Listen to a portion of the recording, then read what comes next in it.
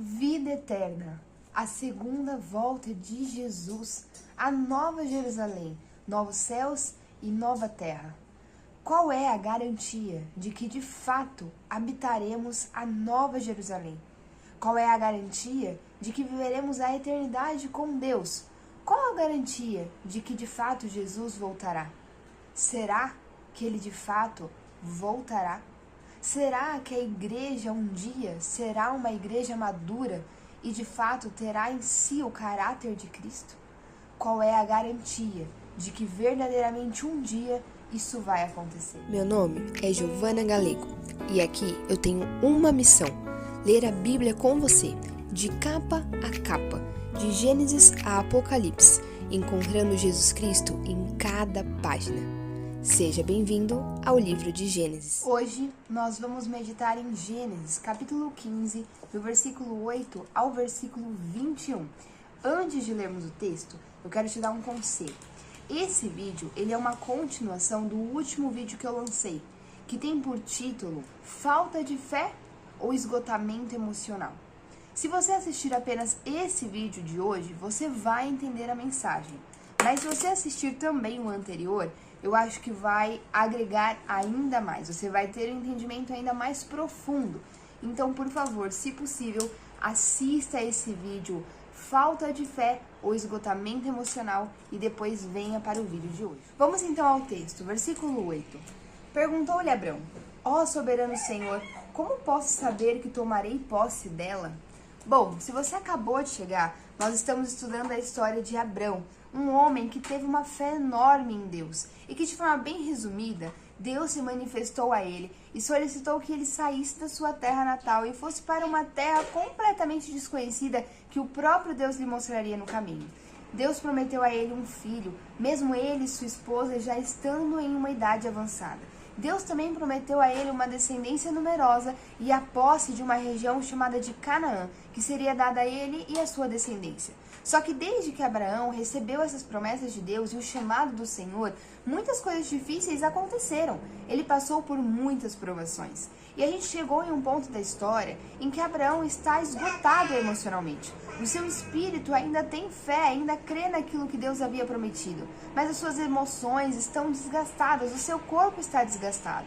E ele vai deixar isso transparecer e vai expressar isso diante de Deus. E Deus, em sua infinita misericórdia, em seu amor, vai consolar e encorajar Abraão para que ele possa permanecer. E diante desse momento e desse diálogo, nós estamos vendo a fé de Abraão sendo amadurecida, fortalecida. E agora Abraão está pedindo a Deus uma garantia de que de fato ele receberia essa terra prometida, de que de fato ele tomaria posse no natural de Canaã. E o que nos surpreende nesse texto é a resposta de Deus. Olha o que Deus diz para Abrão no versículo 9. Respondeu-lhe o Senhor: traga-me uma novilha, uma cabra e um carneiro, todos com 3 anos de vida, e também uma rolinha e um pombinho. Abrão trouxe todos esses animais, cortou-os ao meio e colocou cada metade em frente à outra. As aves, porém, ele não cortou. Nisso, aves de rapina começaram a descer sobre os cadáveres, mas Abrão as enxotava. Abrão pede um sinal para Deus. E Deus responde para Abrão mandando ele buscar alguns animais específicos. Parece uma coisa completamente aleatória, não é?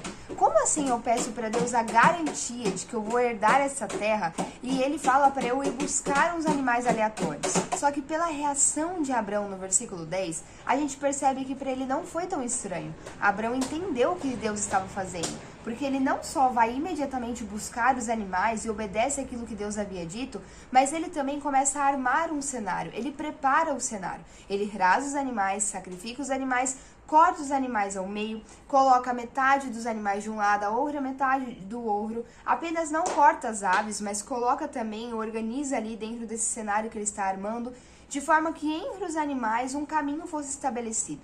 Abrão sabe exatamente o que ele está fazendo. Ele está armando o cenário para um pacto, para uma aliança. Nós vamos ver mais pra frente que é exatamente isso que Deus vai fazer com Abrão. Ele vai estabelecer uma aliança. Quando nós chegarmos mais lá pra frente do texto, a gente vai falar um pouquinho mais a respeito disso. Mas por enquanto, entenda que Abrão está compreendendo o que Deus está fazendo, porque esse era um costume da época. Era comum que esse tipo de cerimônia fosse realizada entre homens quando eles fossem firmar um acordo, fossem estabelecer um pacto.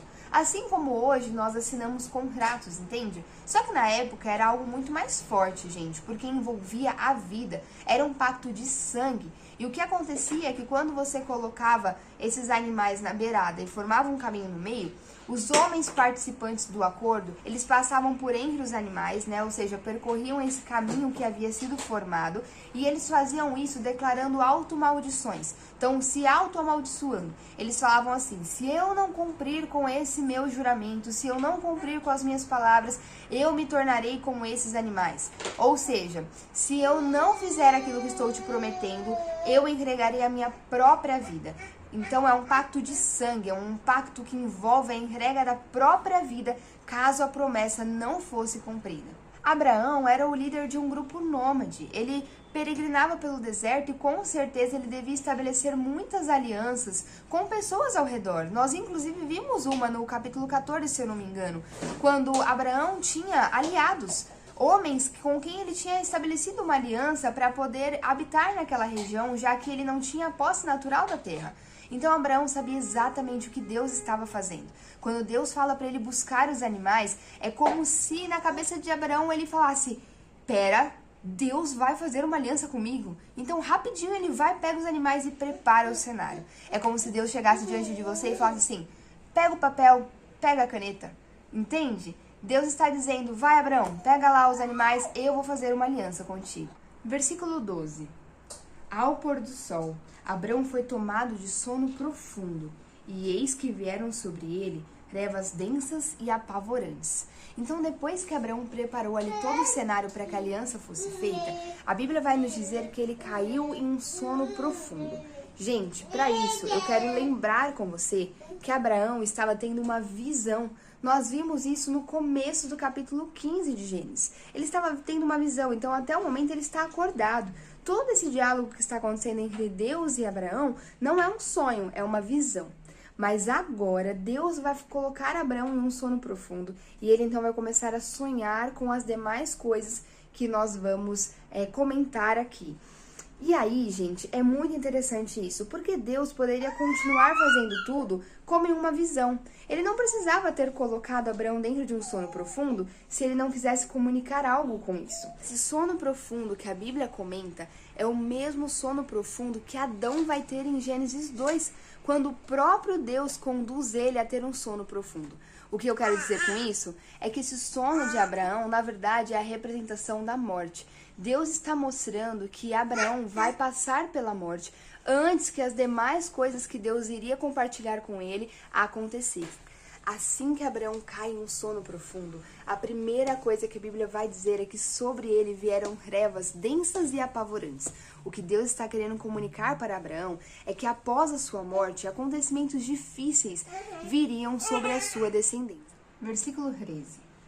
Então o Senhor lhe disse: saiba que os seus descendentes serão estrangeiros numa terra que não lhes pertencerá, onde também serão escravizados e oprimidos por 400 anos.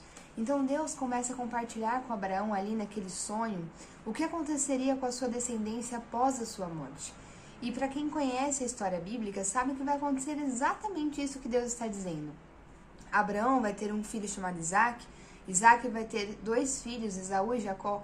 Jacó vai ter outros 12 filhos. Um desses filhos de Jacó é José, que vai ser vendido como um escravo para o Egito. E ali no Egito ele vai crescer, ele vai se desenvolver, mesmo tendo sido vendido como escravo, ele vai se tornar o segundo mais importante ali no Egito. E por conta disso, em um período de fome que vai assolar toda aquela região, José vai conseguir acolher a sua família. Ele vai conseguir acolher Jacó e os seus irmãos, os filhos dos seus irmãos, enfim, toda a sua família nesse período de fome no Egito. Com isso, a descendência de Abraão vai para o Egito e vai viver ali alguns anos como estrangeiro naquela terra.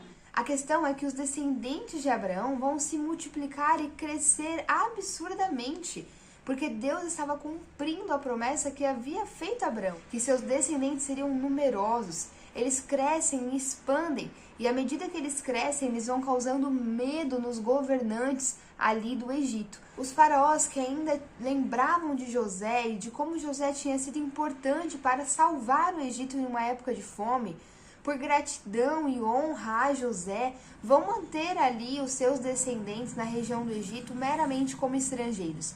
Mas com o passar do tempo, os novos faraós que foram assumindo o governo vão se esquecer de quem era José e do que José havia feito. E com isso, diante do medo daquele povo numeroso que crescia e que poderia tomar o governo deles, eles vão começar a escravizar esse povo. E aí, portanto, os hebreus, os descendentes de Abraão, vão ser escravos no Egito por cerca de 400 anos. Até que Deus vai levantar um libertador para eles, Moisés. Vamos ler agora o versículo 14. Olha o que Deus diz. Mas eu castigarei a nação a quem servirão como escravos. E depois de tudo sairão com muitos bens. E é exatamente isso que acontece. Deus levanta um libertador, Moisés, que vai liderar o povo hebreu e vai conduzir o povo nesse período de libertação. Mas não só isso, Deus vai castigar essa nação, que era uma nação idólatra, uma nação pagã e que havia escravizado por 400 anos o povo hebreu. Deus vai castigá-los e o castigo de Deus vai ser tão duro, tão difícil, que os egípcios vão ficar amedrontados.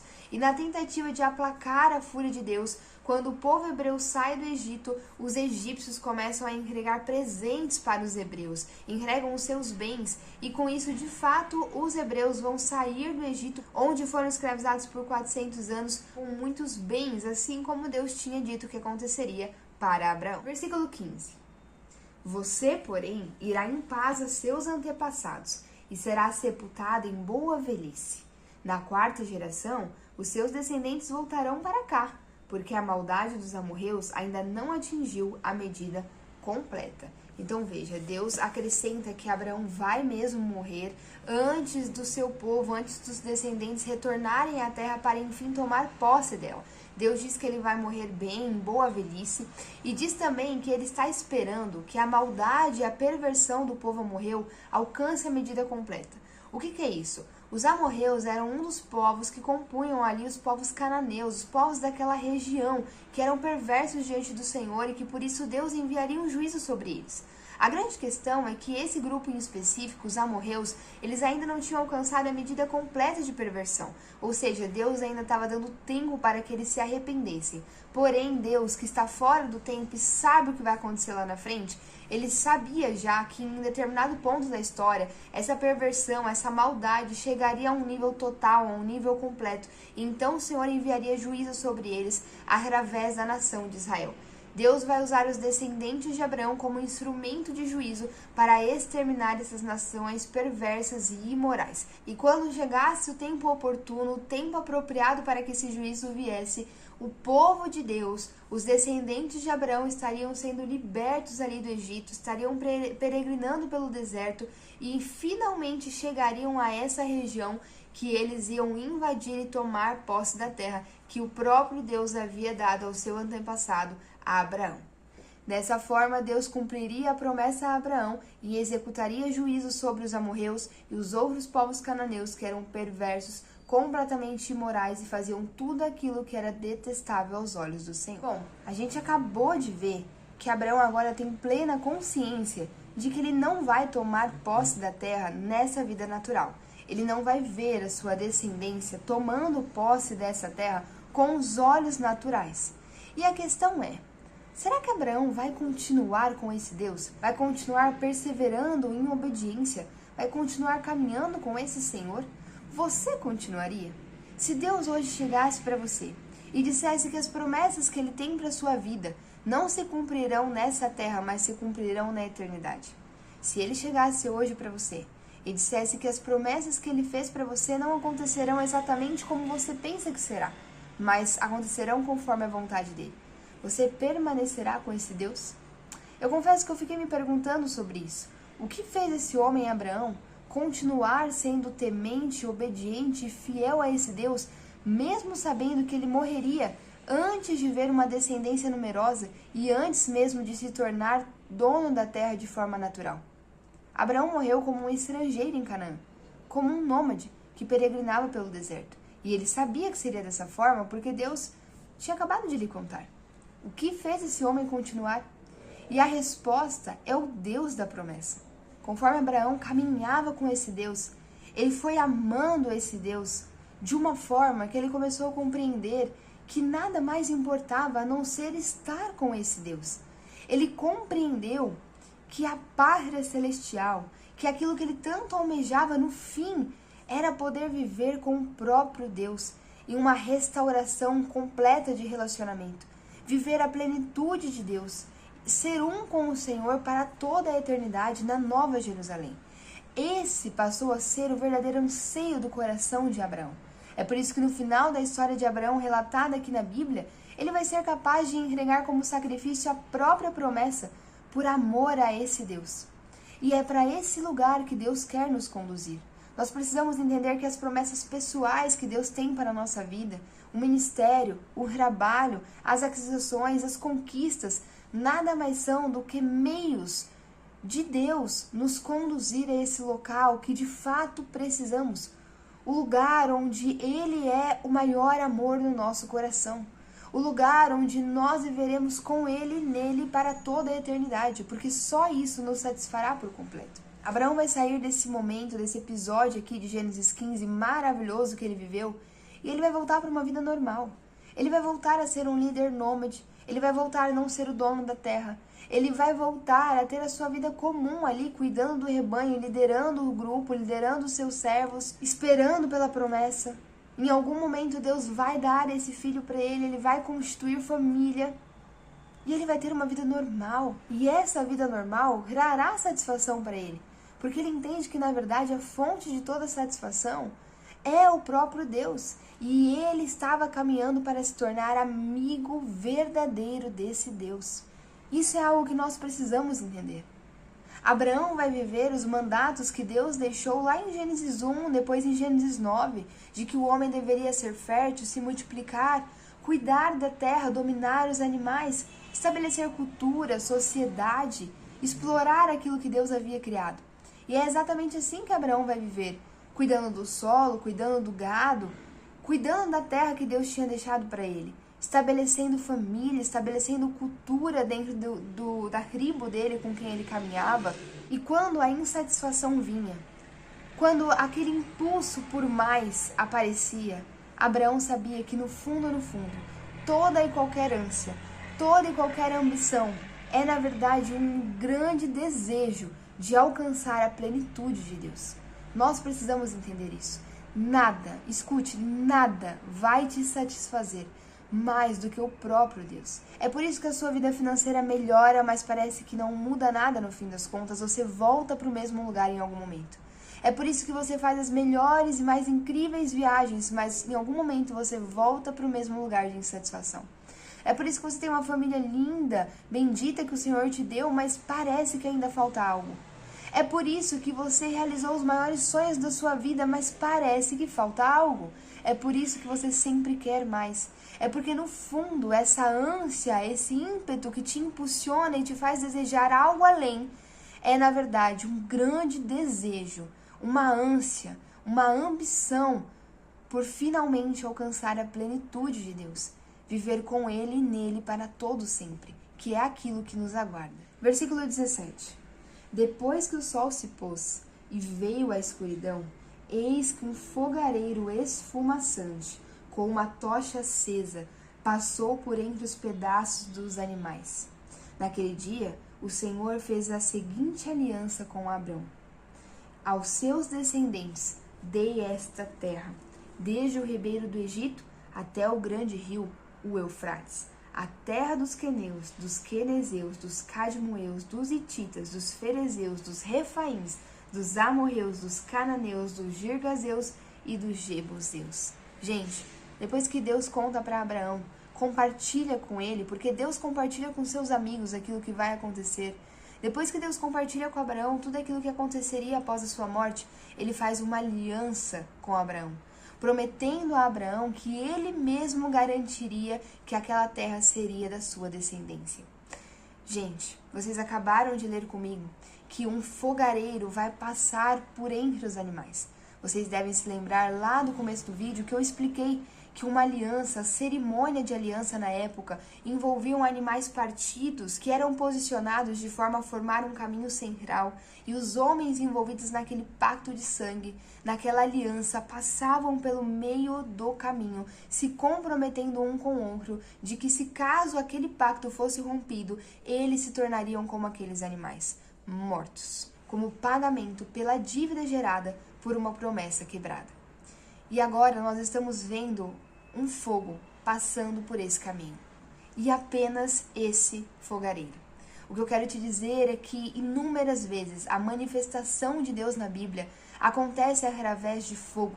O fogo simboliza a própria manifestação de Deus. Então, o que a gente consegue entender com esse texto é que o próprio Deus está passando por esse caminho entre os animais, selando um pacto de sangue com Abraão. Abraão está vendo tudo isso e Abraão não passa por esse caminho. O que Deus está dizendo para Abraão é que ele estava fazendo a promessa e que ele se encarregaria de cumprir com os dois lados. No fim das contas, essa aliança que Deus faz com Abraão é uma aliança incondicional. Deus simplesmente promete para Abraão e garante que ele mesmo cumprirá com ambas as partes. Se você está acompanhando essa série aqui no canal, deve se lembrar que quando nós estávamos falando a respeito de Noé, nós falamos sobre uma aliança que Deus fez com Noé. Nesse vídeo eu expliquei para você que a ideia de aliança na Bíblia, ela vai progredindo com o passar do tempo. Deus progressivamente aumenta o nível de revelação e entendimento a respeito daquilo que ele estava fazendo.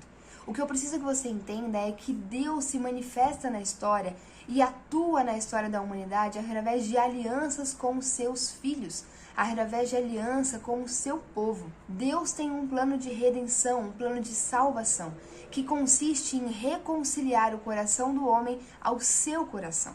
Vamos lembrar que desde o Jardim do Éden, o desejo do coração de Deus era viver em intimidade com o homem e com a mulher. O homem e a mulher foram criados para receber o amor de Deus e responder em amor. Fomos criados para viver em unidade com o nosso Deus. Mas por conta do pecado, nos tornamos inimigos de Deus. Deus, em seu infinito amor e misericórdia, tem um plano para mudar essa realidade.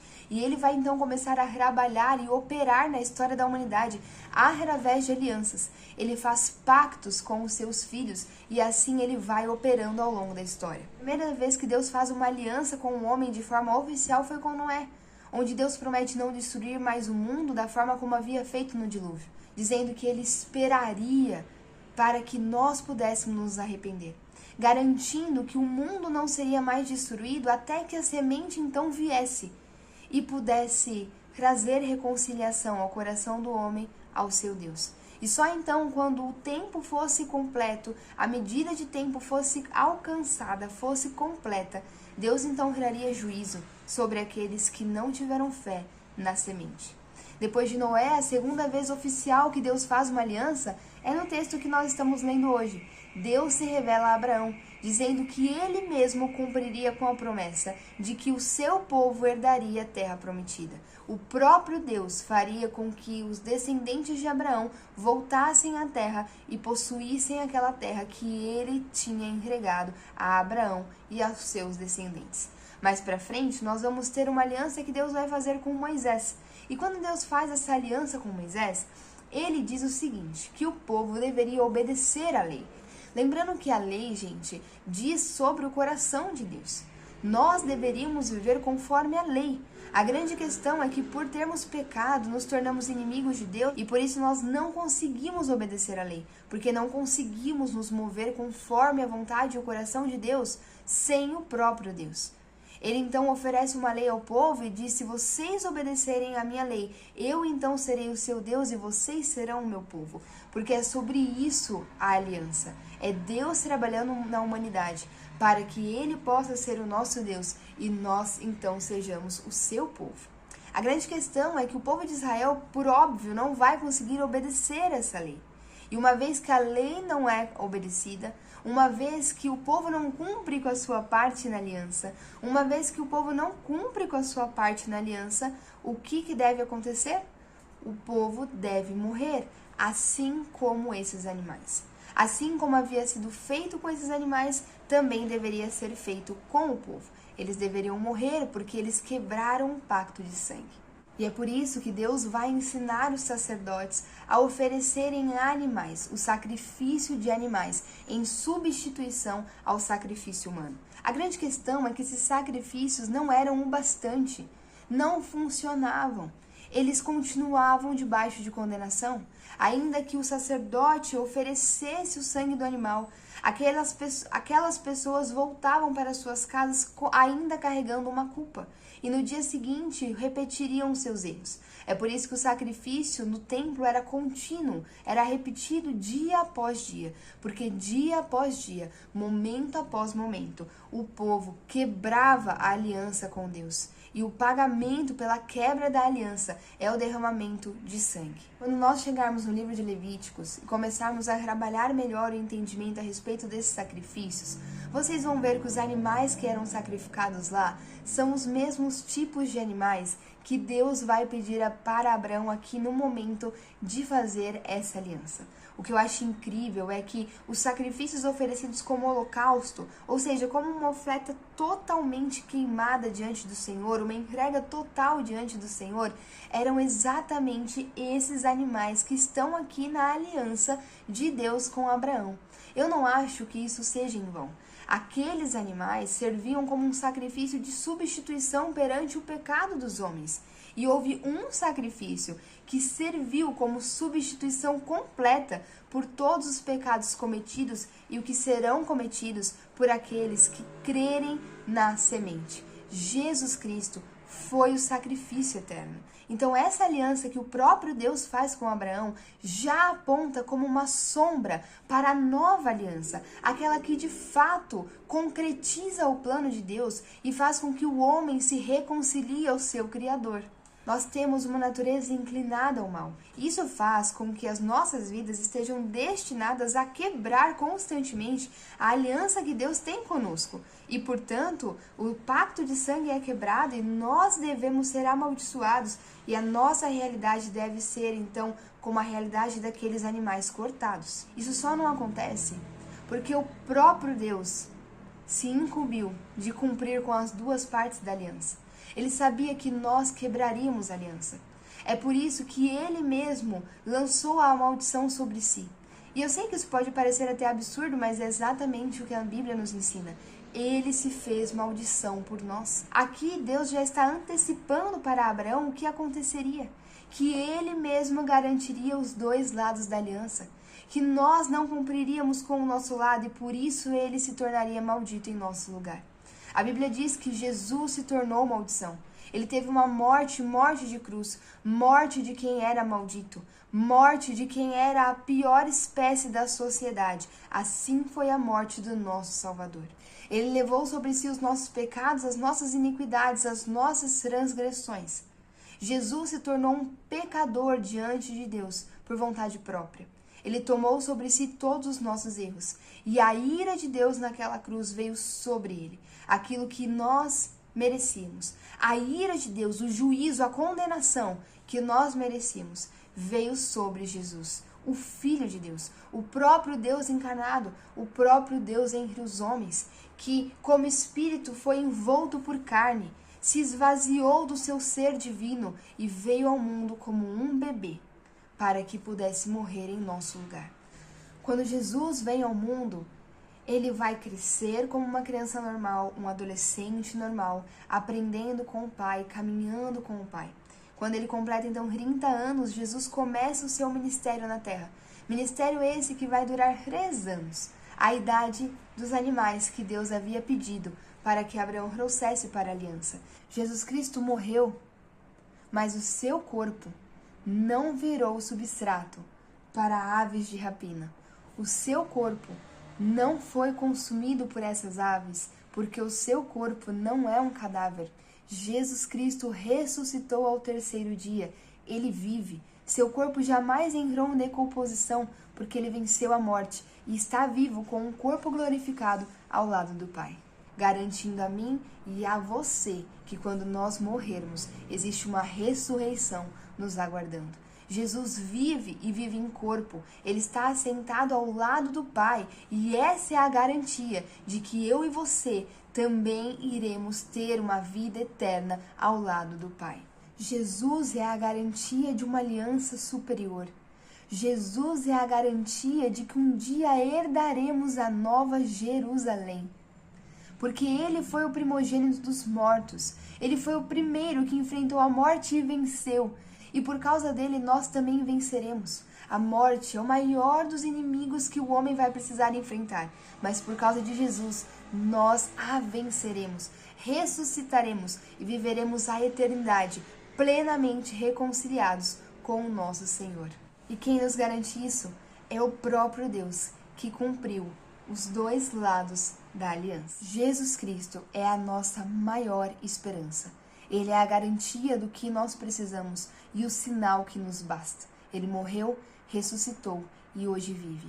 Por isso um dia morreremos, ressuscitaremos e viveremos com Ele para toda a eternidade.